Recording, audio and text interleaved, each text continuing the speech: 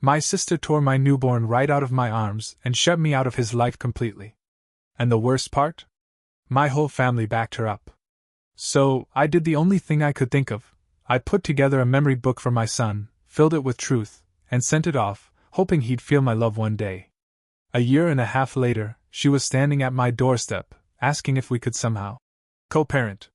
I just stood there, remembering how I had gone through 17 hours of labor, holding my baby for the very first time, only for my sister to snatch him away like he was hers. I'm sorry, sis. But no. I've changed my mind. I want my son. And the most heartbreaking part, I couldn't even fight it. Legally, he belonged to her. See, I carried him for her. Her egg, her IVF plan, my body. And even though she promised me over and over that I'd get to raise him, that I'd finally be a mom, those promises meant nothing once the law got involved. The very next day, I went home completely shattered. And as if things couldn't get worse, I walked into what I can only describe as a baby shower I hadn't been invited to. Everyone celebrating my sister, praising her on becoming a mother. They all circled around her, doting on the baby. No one even looked my way. I was invisible. Every time I dared to glance at my own child, someone would remind me, "You're just the auntie. Be happy for your sister." After that, they didn't just ignore me, they erased me. In every family group chat, every text thread, the baby was always Rachel's little angel. And whenever I showed the tiniest bit of sadness, someone would chime in. "Let it go. Rachel deserves this baby." They'd say, "You'll always have a special place, as his aunt." When I showed up to the next family dinner, they introduced me to my own son as just Auntie. Like nothing had ever happened. My mom told me to smile for the camera while Rachel passed out birth announcements with her name on them, mine nowhere in sight. Every major milestone was the same. When he rolled over for the first time, she posted a video, calling herself a proud Aunt Boy mom, gushing about how great she looked after her pregnancy. Her friends flooded the comments, amazed at how perfect her body looked post-birth. At a birthday party, I overheard her and her friends in the kitchen talking about it, how shocked they were at how well she bounced back. She just giggled and soaked it in while I stood off to the side, holding back tears. And then it got even weirder. She started blocking me from seeing her posts about him altogether. I only heard about what was happening through distant cousins or old family friends. "Did you see the cute pictures Rachel posted?" No, I hadn't. Because she either threw away or hid anything that reminded her I was part of this. I never got a copy of the ultrasound. She put away my hospital bracelet like it never existed. She wouldn't let me talk about the day he was born. If I brought it up, she'd say, "Don't confuse the baby. Don't make this about you." Eventually, I shut down completely. I sent him a birthday card for his half-birthday, no response. Dropped off a tiny jacket I'd picked out just for him. She left it on the porch and later posted a picture of him and something someone else had given him, tagging another friend as the best gift giver. I started going to therapy. My college friends, some of the only people who knew what really happened, tried to lift me up. I began journaling every day, just trying to make sense of it all. By the time his first birthday came around, I hadn't seen him in months. My family threw a big party and didn't even tell me. A cousin accidentally let it slip in a group chat. I called my mom, desperate to know why I wasn't invited. She sighed and said, "You know how you get. We don't want you to make it all about yourself." A day later, my sister texted me, "Don't come. It'll confuse the baby." I was so crushed, I couldn't even cry. That night, something inside me shifted. I decided I wasn't going to beg for access to my own child anymore. Instead, I created a memory book just for him. I filled it with pictures from my pregnancy, ultrasound images, pages from my journal, and a letter pouring out how deeply I loved him, and how badly I wanted him, even if the world didn't let me say so out loud. I mailed it to my sister's house, addressed to my son. A few days after his birthday, my mom texted me, "We need to talk." When I walked into the living room, the whole family was there, my sister, my parents, my aunt. Rachel looked livid.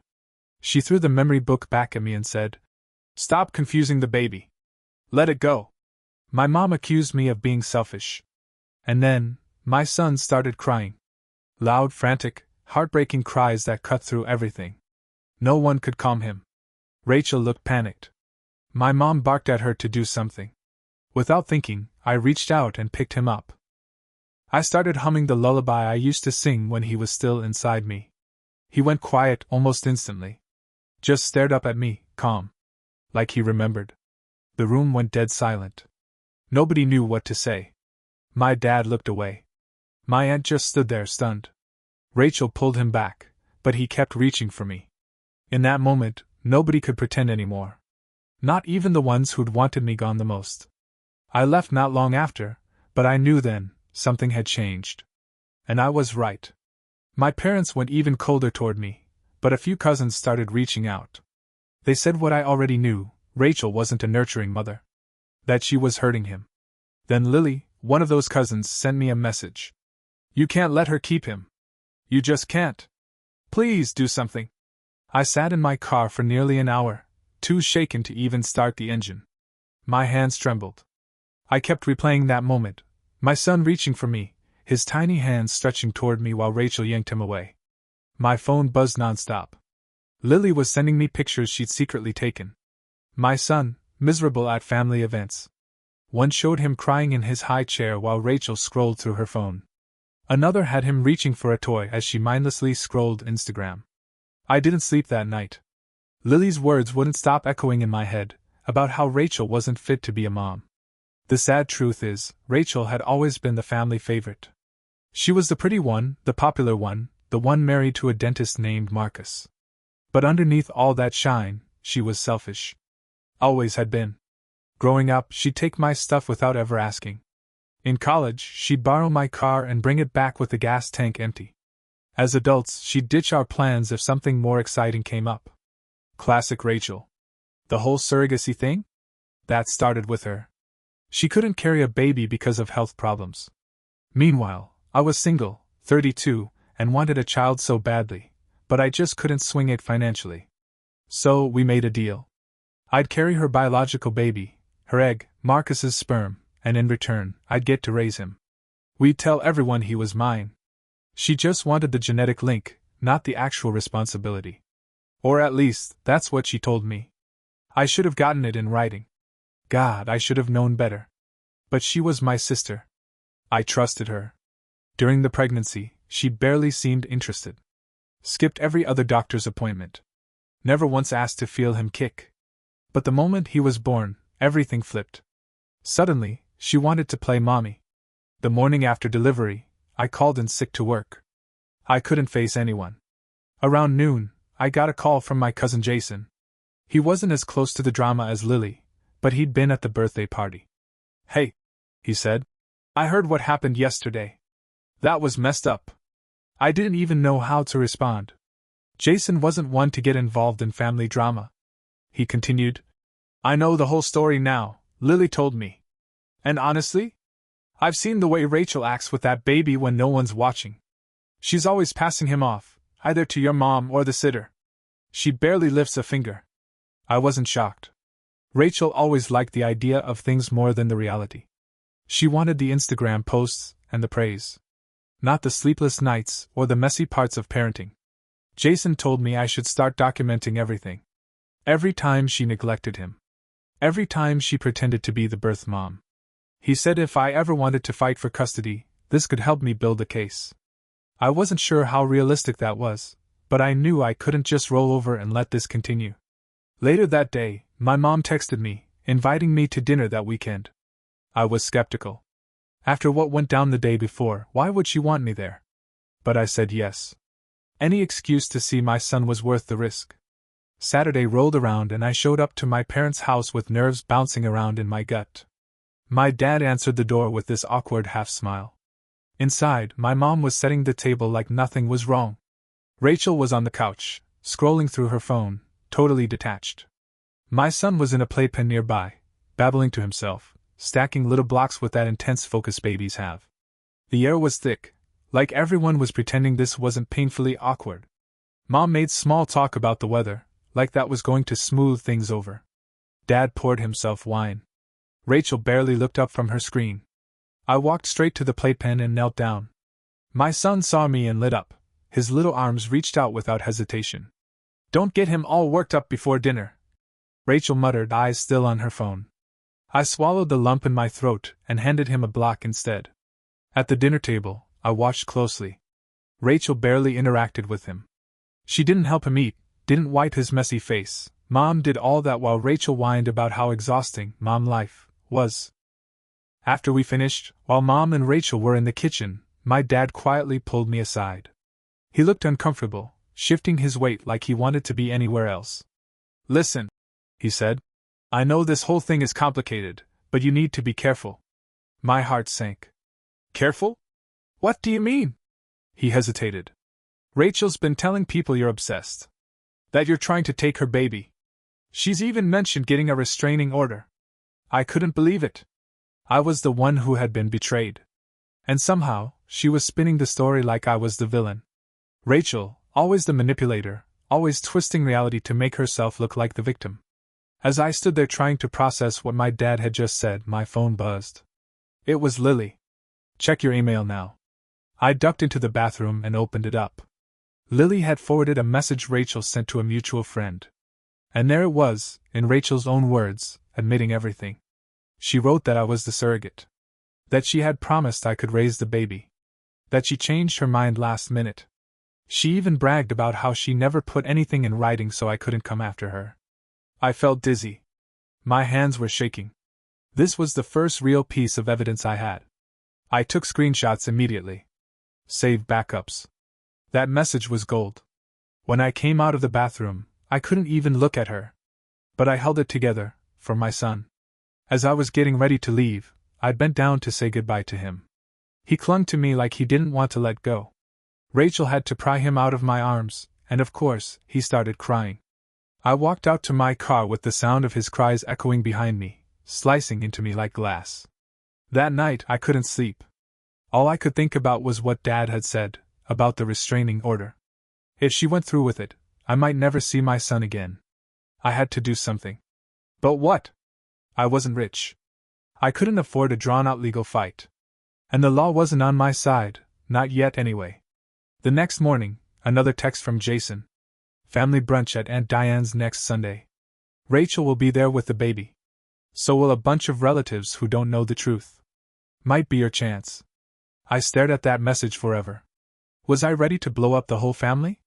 To stand there and tell them all the truth about what Rachel had done? I didn't have an answer yet. But I knew I couldn't keep living like this. I started digging. Scrolling back through old messages from Rachel, texts, emails, anything that hinted at our agreement. I found a few vague comments, nothing solid. Rachel had been smart about keeping things verbal. I called my old OBGYN and requested all my medical records from the pregnancy.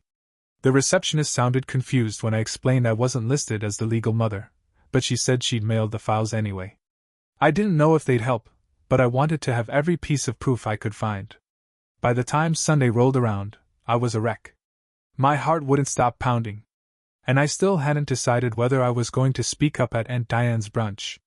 Part of me wanted to stand up and scream the truth right there in front of everyone. Just let it all out. But another part of me? I was terrified I'd make things even worse. So I showed up late to Aunt Diane's brunch on purpose. I didn't want to be the first one there, walking into all those eyes. When I got inside, the place was already packed. Aunts, uncles, cousins I hadn't seen in years were chatting around the living room. My son was in a high chair, banging a spoon against the tray, giggling to himself. Rachel was across the room, deep in conversation with our cousin Brooke. She didn't even look my way. Aunt Diane hugged me as I walked in and said, "You look tired." I forced a smile. She wasn't wrong. I made a beeline to the buffet, even though I wasn't hungry. I just needed something, anything, to keep my hands busy. While I was scooping fruit salad onto a paper plate, my Uncle Russell sidled up next to me. "So, how's the auntie life treating you?" he said with a big grin, completely clueless that his words felt like a dagger straight to my gut. I mumbled something like, "It's great," and slipped away before I could choke on the bitterness rising in my throat. I found a quiet spot in the corner where I could watch my son without drawing too much attention. He kept looking around, scanning the room. And when his eyes landed on mine, he smiled and waved. That little wave just about melted me. Then, halfway through brunch, Rachel stood up and tapped her glass with a fork. Everyone turned their attention to her. Marcus and I just bought a new house, she announced. It's in a different school district. We move at the end of the month. I nearly dropped my drink. A new house? A new area? She was planning to take my son even farther away from me. I locked eyes with Lily across the room. She gave me a tiny nod. This was my moment, my window to finally speak up. I stood, legs shaking like jelly. Actually, I have an announcement too. The room went dead quiet. Rachel's smile froze in place. All eyes turned to me. My mom shot me a warning glare. My dad suddenly found his coffee very interesting. I just wanted to say. I started. Then I froze. My voice caught in my throat. Congratulations on the new house. And I sat down. Rachel's grin returned like nothing had happened, smug as ever. The room relaxed and picked right back up. I wanted to disappear. After brunch, I stayed behind to help Aunt Diane with dishes in the kitchen. She was one of the few family members who actually seemed to think before she spoke. As we loaded plates into the dishwasher, I lowered my voice and told her everything: the surrogacy, Rachel's promise, how it all fell apart. She didn't interrupt once. When I finished, she just stood there for a second, dish towel in hand, and said, "You know, I had my suspicions. The timeline never made sense. Rachel wasn't showing, then suddenly, bam! There's a baby. And you disappeared." I felt this wave of relief. Someone finally believed me. "Have you talked to a lawyer?" she asked. I shook my head. "I can't afford one. And legally, the baby's hers. It was her egg." She dried her hands and said, "My neighbor's daughter is a family lawyer. Let me reach out. Just see what she thinks." I thanked her, trying not to get my hopes too high. As I was leaving, I noticed Rachel watching me from across the room, her eyes narrowed, suspicious. The next day, I got a call from a number I didn't recognize. It was Marcus, Rachel's husband. "We need to talk," he said, tense. "Not over the phone. Can you meet me at Riverside Park in an hour?" I hadn't spoken to Marcus directly in months. He'd always let Rachel handle things. I got to the park early and waited on a bench near the swings. Marcus showed up right on time, looking like he hadn't slept. He sat down beside me but left a noticeable gap between us. "Rachel told me what happened at your parents' place," he said. "About the baby recognizing you." I nodded, unsure where this was headed. "She also said you've been harassing her," he continued, "trying to confuse our son about who his real mother is." My jaw dropped. "That's not true. I've barely even been allowed to see him." He held up a hand. "Let me finish. I believed her, at first. But then I found something while packing. Medical records. Hidden in the back of her closet. They were yours. Pregnancy records." My heart jumped into my throat. "So you know?" He nodded slowly. "I know she wasn't pregnant. I know you carried him. What I don't know is why she lied." "You mean she told you she was pregnant the whole time?"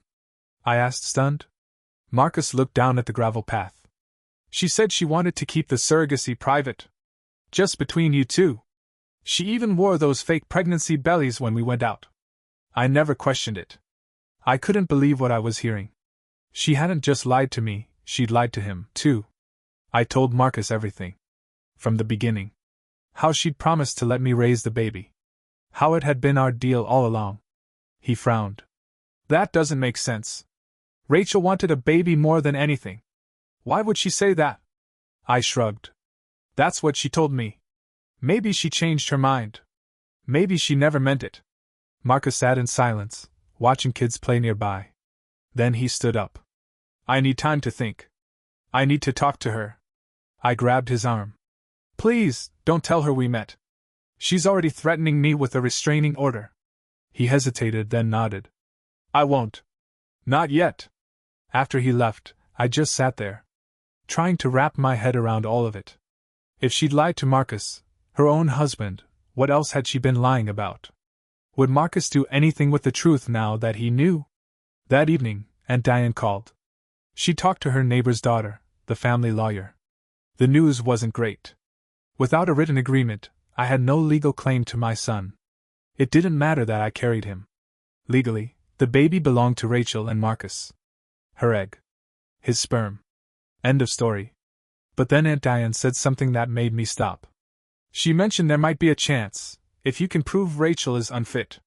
You might be able to get visitation rights as a biological relative. Unfit. That word hung heavy in the air. Was Rachel unfit? I knew she was neglectful. Self-absorbed. But was it enough? But being unfit, in the legal sense? That was the part one wasn't sure about. The next day, I dragged myself back to work, trying to hold on to whatever normalcy I could.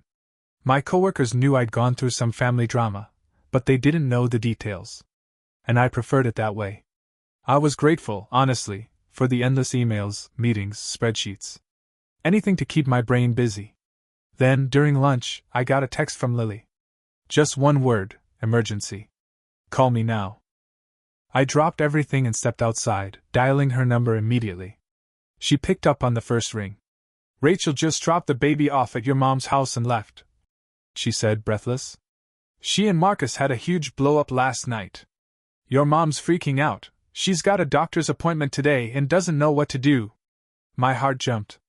I can watch him, I said without thinking. That's why I'm calling, Lily replied. Your mom's desperate. I told her I'd ask you. 20 minutes later, I pulled into my parents' driveway. My mom looked frazzled, keys in hand, her coat half on. My son was in the playpen, red-faced from crying. Thank God you're here, she said, grabbing her purse. I've been calling everyone. His diaper bag's by the door. I'll be back in a couple of hours.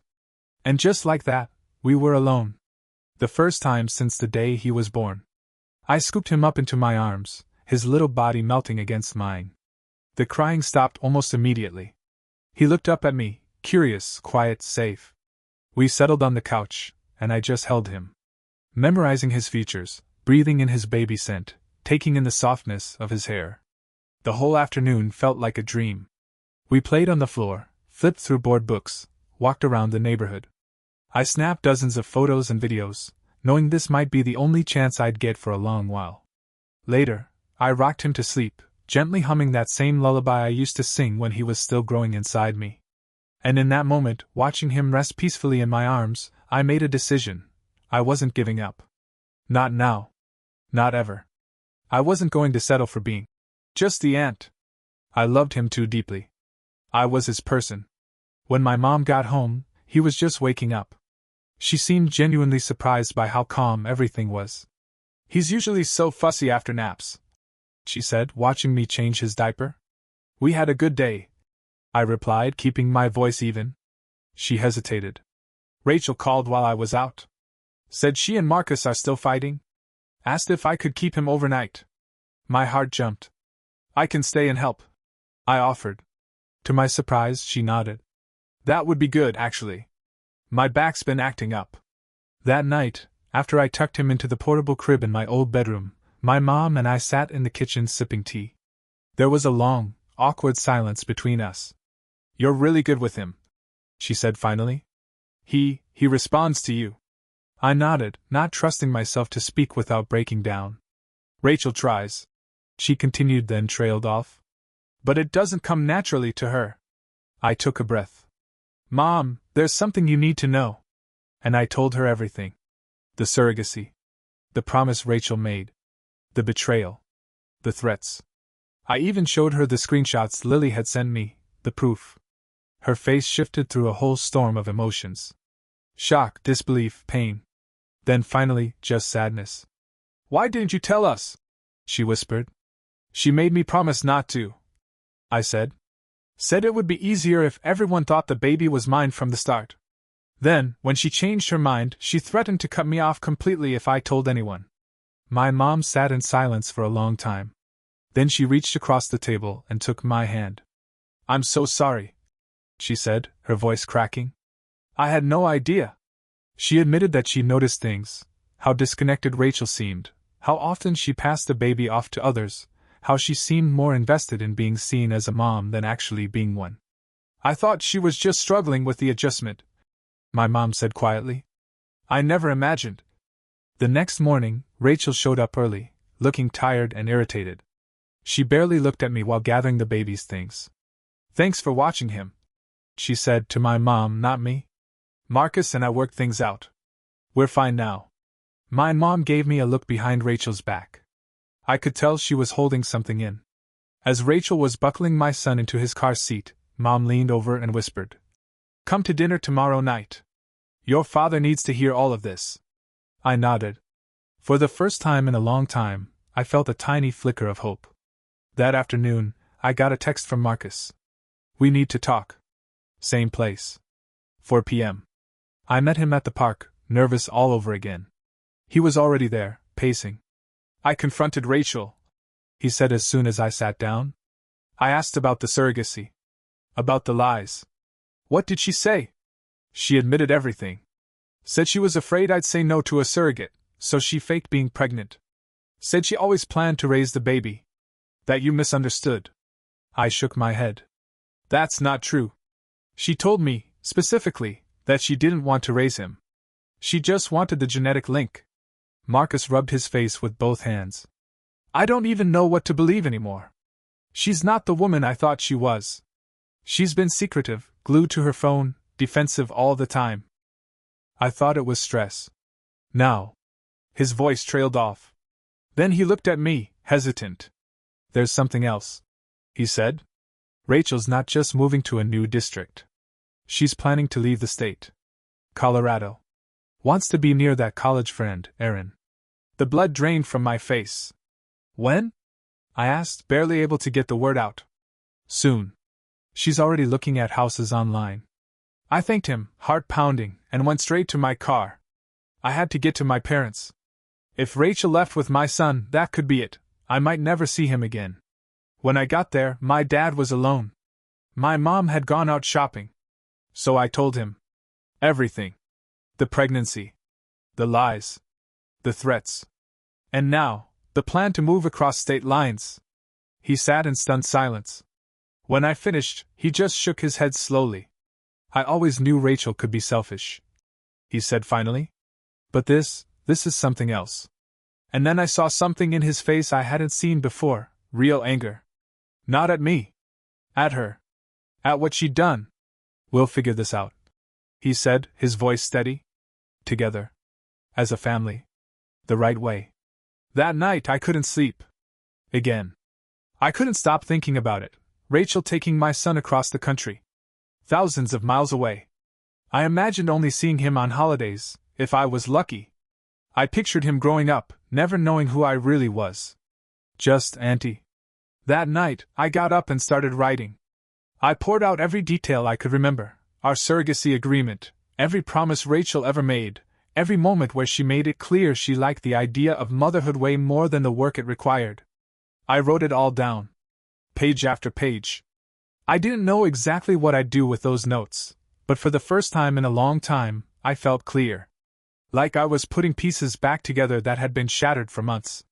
Just after 7 a.m., my phone rang. It was my mom.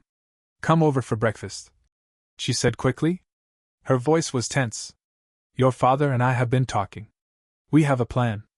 I was in my car so fast I didn't even brush my hair. Nearly got a speeding ticket getting there. When I walked in, Mom was at the stove flipping pancakes, and Dad was already at the kitchen table, looking like he hadn't slept a wink. He pushed a mug of coffee toward me. "Sit," he said. "We've been up all night." My hands trembled as I took the cup. I barely touched the pancakes Mom set in front of me. My stomach was in knots. "We believe you," Mom said gently, sitting beside me. "And we're ashamed we didn't see it sooner." Dad nodded. "So, here's what we're gonna do. We confront Rachel. All of us. Together. Today." I nearly choked on my coffee. Today? What about her threatening to file that restraining order?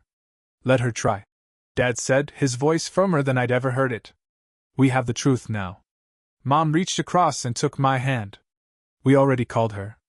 Told her we needed help with the move. She's on her way." I could barely believe it. After all the gaslighting, after being cast out of my own son's life, my parents were finally in my corner. "What exactly are we going to say?" I asked. Dad leaned forward. "We tell her we know. About the surrogacy. About the lies.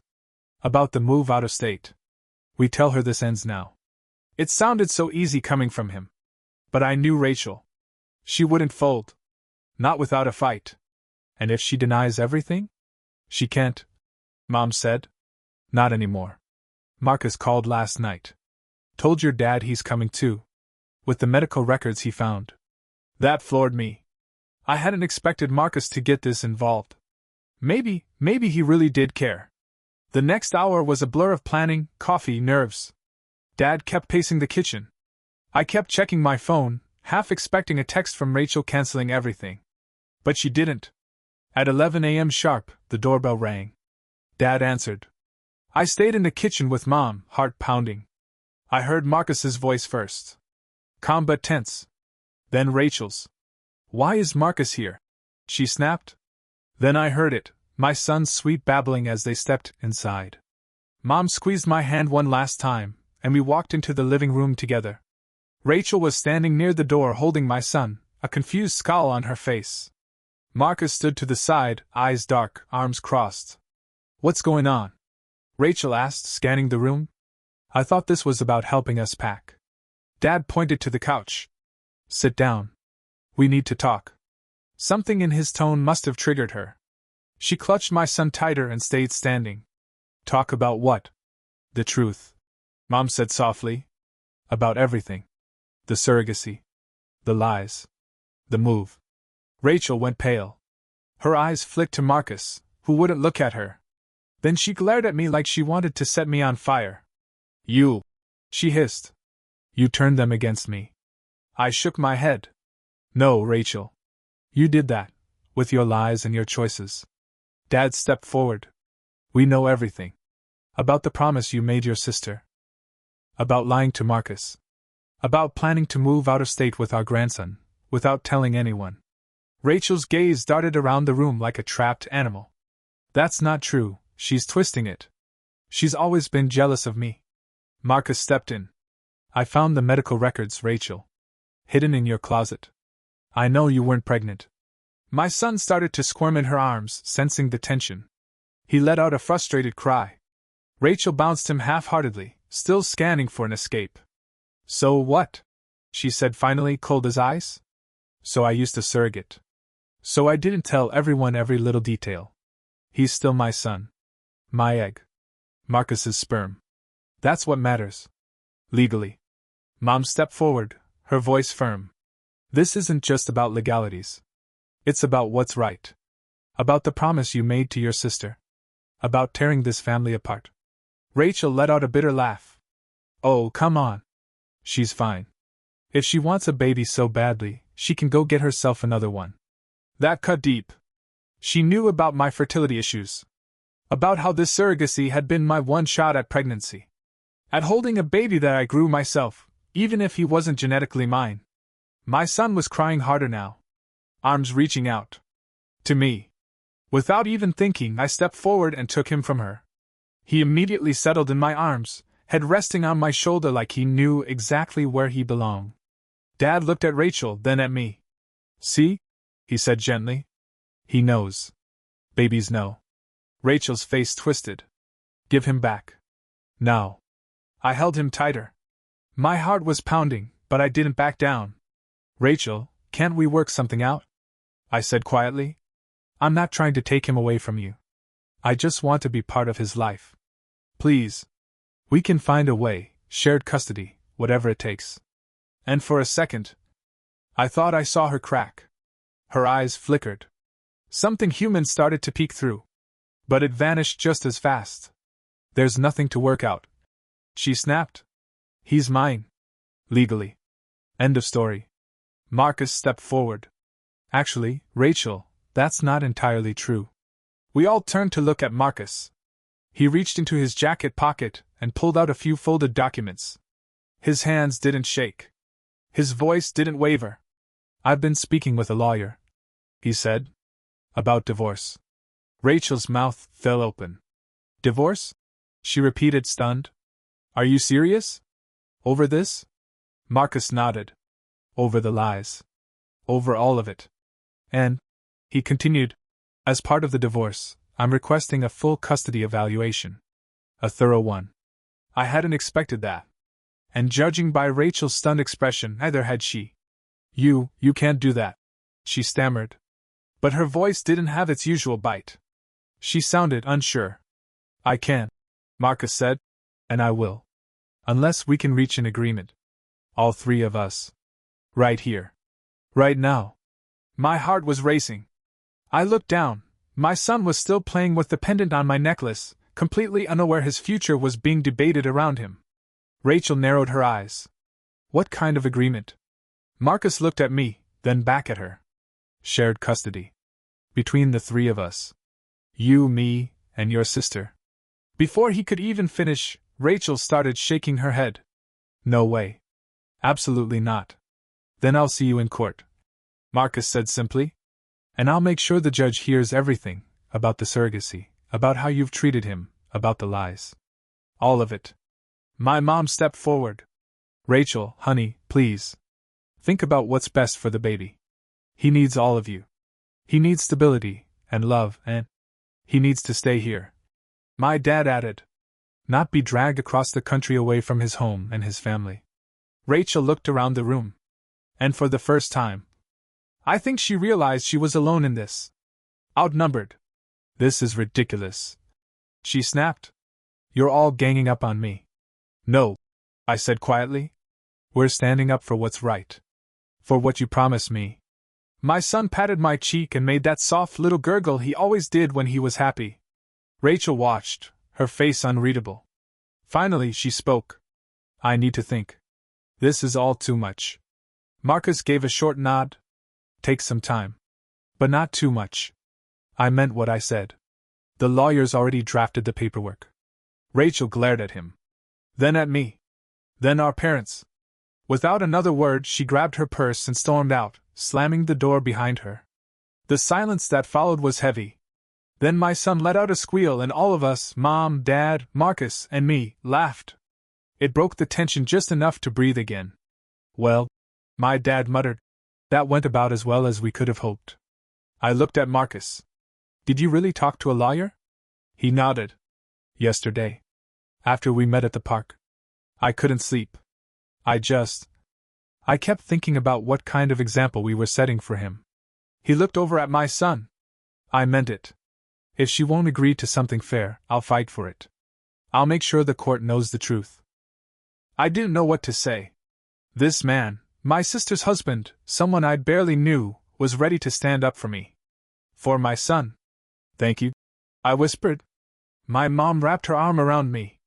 "It's going to be okay," she said. "We'll figure it out. As a family." And for the first time in months, I actually believed her. The next few days were tense. No one heard from Rachel.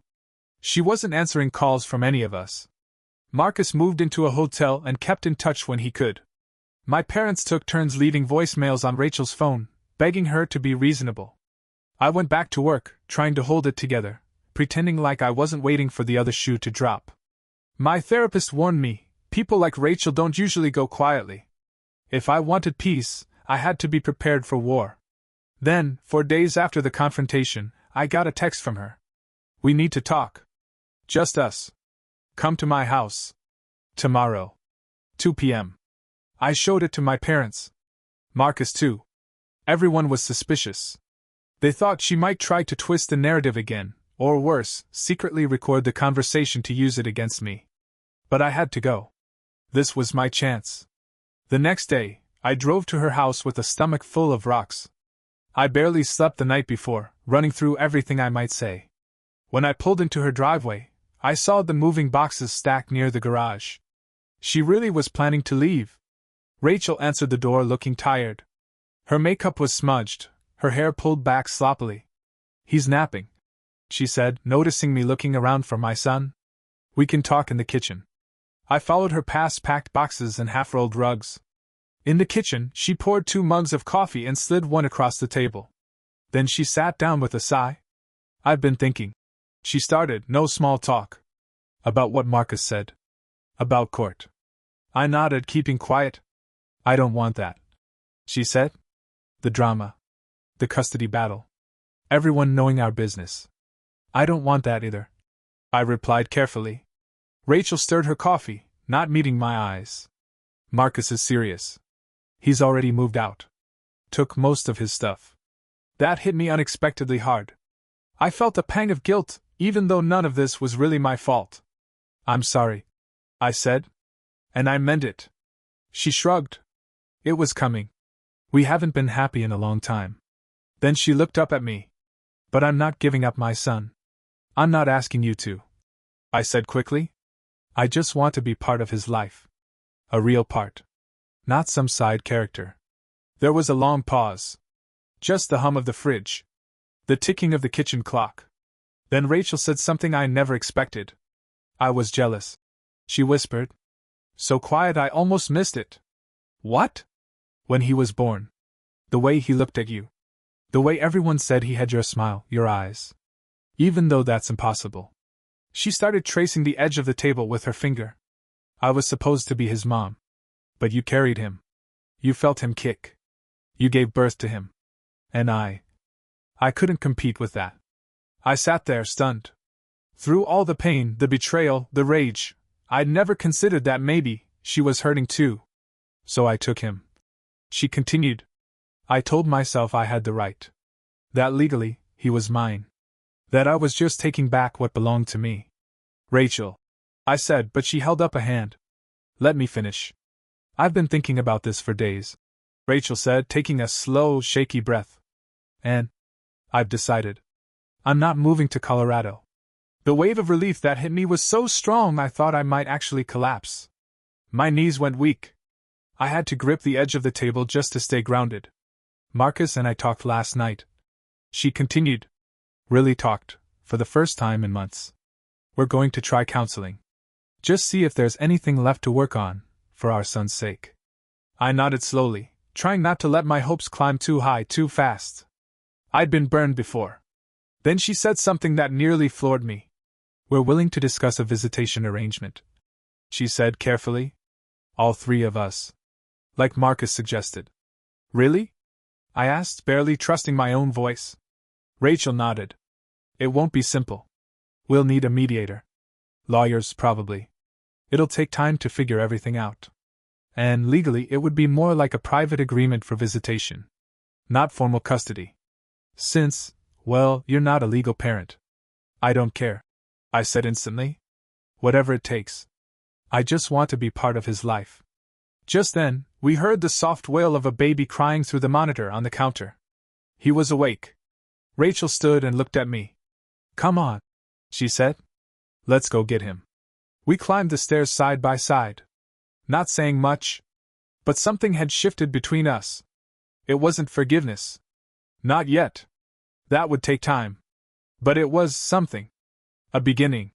My son was standing in his crib, little cheeks tear-streaked, arms reaching out.